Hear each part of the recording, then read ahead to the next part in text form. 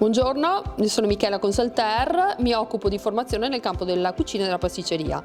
In questo incontro parleremo di una tematica molto cara a tutti, ovvero la gestione del frigorifero di casa. Siamo abituati, un po' per questioni di tempo, un po' per pigrizia, a incastrare gli alimenti all'interno del nostro frigorifero sempre giocando tipo a Tetris, cioè vediamo se questo ci sta di qua o ci sta di là. Di per sé il nostro frigorifero, come anche i nostri congelatori, sono pensati per conservare gli alimenti in modo più mirato. Questo perché? Perché abbiamo delle temperature che, anche se per noi possono essere impercettibili, sono diverse.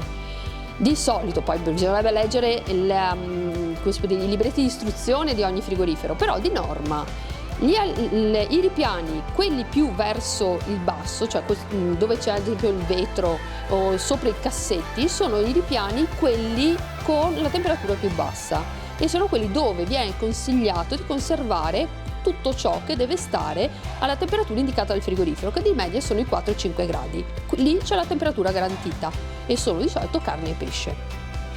Poi man mano che saliamo la temperatura leggermente sale e lì si possono conservare degli alimenti che non hanno bisogno di una temperatura troppo bassa per essere conservati. L'esempio sono i salumi.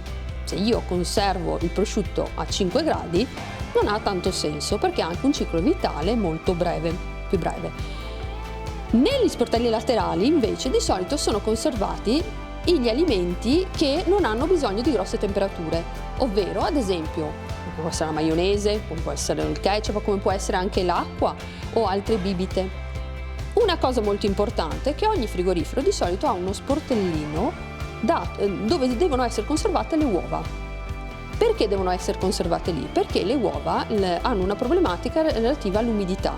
L'umidità che si forma sul guscio potrebbe contenere qualche batterio che poi si disperde su tutto il resto, considerando anche che molti non hanno l'abitudine di chiudere gli alimenti quando li infilano dentro, ad esempio la fettina di pollo o un avanzo, senza nemmeno coprirlo con una pellicola o con un coperchio. Quindi è sempre buona norma anche coprire. Quindi nella parte laterale della porta possiamo conservare tutti questi alimenti. Discorso a parte viene fatto per i cassetti. Nei cassetti conserviamo della frutta e della verdura idonee a essere conservate al frigorifero, ad esempio le patate, le cipolle, i limoni non hanno senso dentro un frigorifero, anche per tanti motivi che scopriremo più avanti quando parleremo di frutta e verdura climaterica e non climaterica, ma lì dobbiamo gestire non solo la temperatura, che di solito è una temperatura controllata e arriva anche a 8 gradi, ma anche un discorso di umidità, perché ci sono degli alimenti che devono mantenere più umidità e altri ne devono mantenere meno.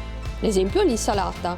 Se io tolgo l'umidità all'insalata, questa si seccherà prima. Se invece regolo l'umidità e ne attengo al massimo, questa si conserverà di più.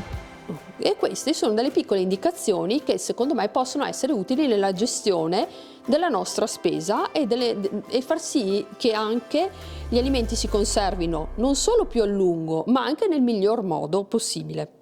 Spero questa pillola vi sia utile.